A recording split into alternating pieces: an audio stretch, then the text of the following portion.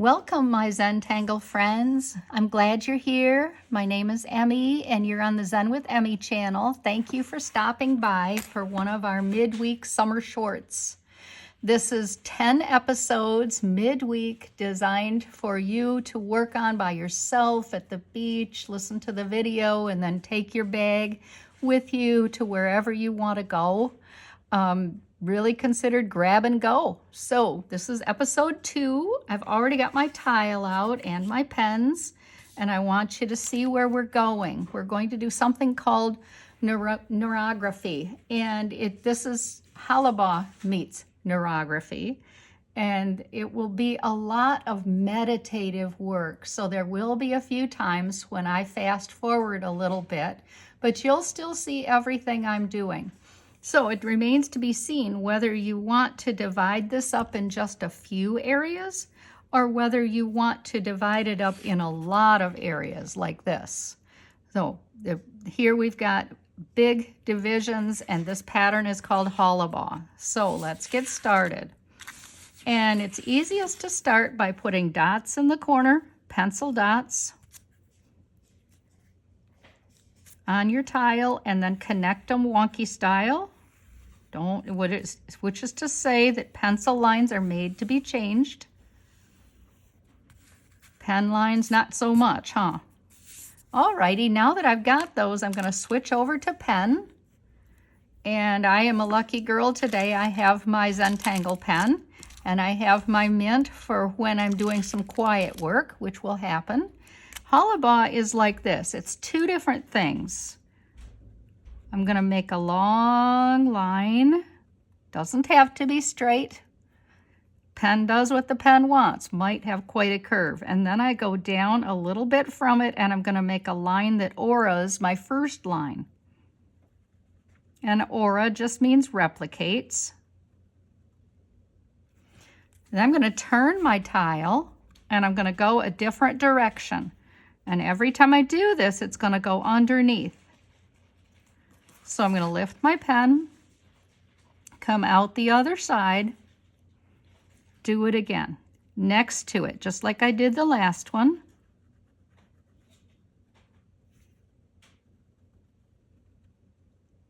Now, if your work has a bit of a wonk to it, that's just more fun, I think. In fact, I probably, as we're going, will add some curvy lines to this. As I started to tell you before, Hollibaugh is a technique, which means go behind. It also is the name of a pattern because we are creating a pattern, and you could put patterns in the pattern. Now, is that complicated? I don't mean it to be. So I'm going to continue to make lines, and this time I'm going to make one that is quite a curve to it.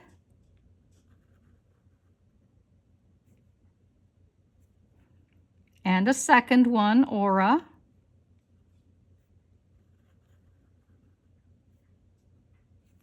I need to create a lot of sections so that I can add the neurography patterns to this. If you're holding your pen tight, loosen it just a little, and that will mean that you'll get some more interest on direction. And then I also do, as you can see, do a little bit of air draw. Like I want this to go through here, underneath all of those, and eventually out here. Remember that your pencil lines are made to be changed. So if you happen to go outside of them, that's just going to be more fun. And we'll probably do just a couple more.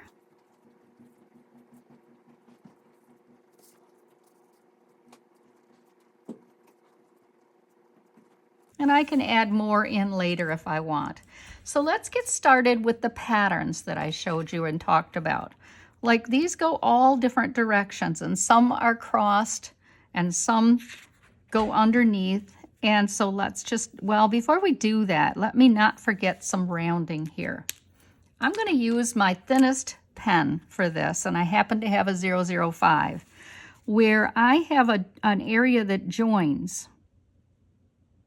I'm going to take a curve out of it so that it just has a natural flow from one side to the next. I'm going to do that on just a few of the major ones, like that.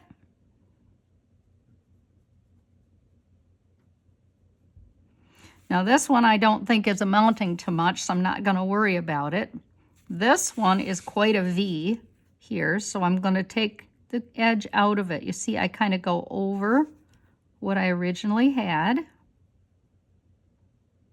and then darken and pull my pen down a little bit into that other line so that it gives you an illusion that it is joined and part of it. I'm not going to bother with things that aren't points.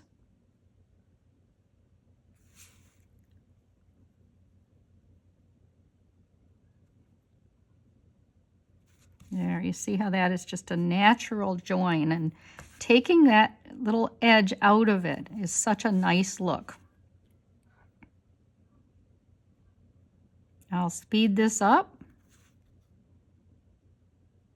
and you work at your own pace. This is supposed to be just meditative and relaxing.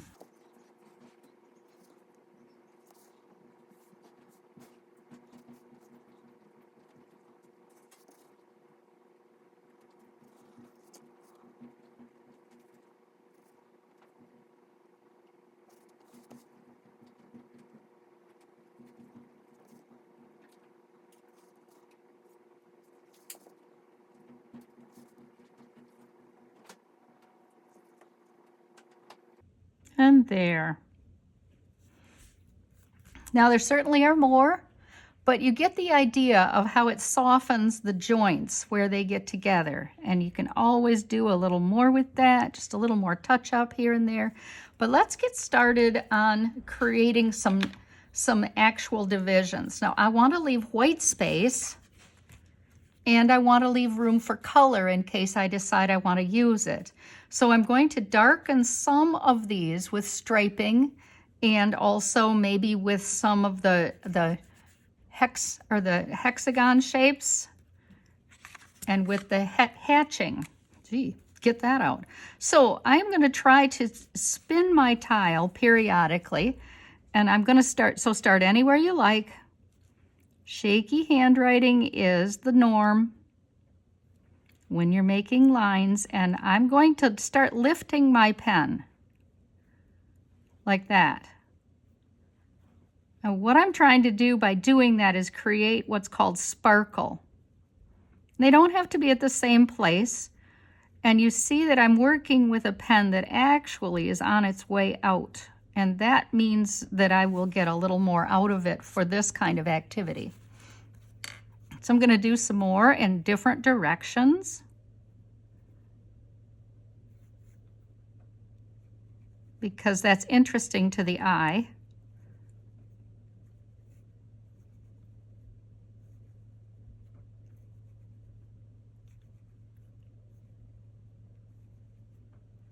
I'm working really quite feather light with my pen and allowing it to barely touch. Now this one I'm going to show you how that cross hatching goes. If you go exactly the opposite, you're going to create, a checkerboard. But if you go on an angle, you're going to create this really interesting hatching look. And just like I did on the other side, I'm working very lightly, and it creates just this interesting look. Don't you think? I think it's just cool. We'll do a few more, and I may run into some areas that I think are just too big. This is a very fun, meditative thing to do. Keep in mind, you need to leave yourself some white space and some space for color if you choose to do color. You don't have to. Sometimes I can't help myself, and I've done this several times so that I can get some of my different tools out and try them. Maybe I'll do some color pencils and maybe some watercolor on one. Just try some different kinds of things. I'm going to darken a couple of these, like this little tiny one here. Be most interesting just to darken it out. There. So I do want to get a tiny bit of shading. And where I want to do that is on the first one I made, the one that has nothing going under, or everything's going underneath it actually. And I try to get real close here with my very sharp pencil. And don't bother like I just did. Don't bother going over the black. It just makes it shiny. Remember to palm your pencil so that you're working very much like it's graphite, not a pencil. And yes, look at how I went right over that next one to it. And I probably will do just a couple more because I want them to pop. And even if I'm going to add color, I still want to have a couple of these shade with shadow on them. But I go under like that one and over this one. Grab your blender stump. And I would like to push that out into the paper so that it's tight here and then it diffuses into the paper. See how I'm pulling it?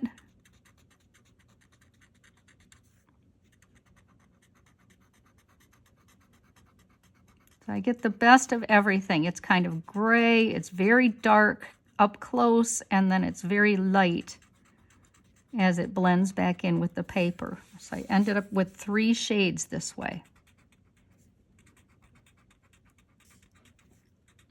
And of course I can go over this more if I don't think that was quite dark enough.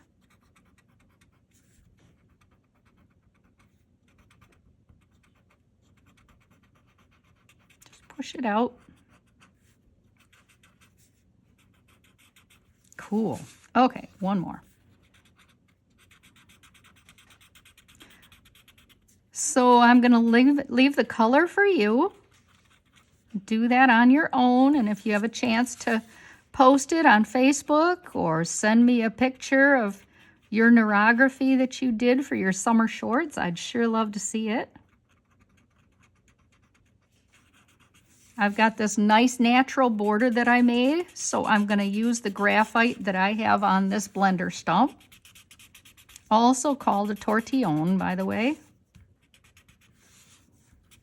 And I'm going to help that become a natural frame around the outside.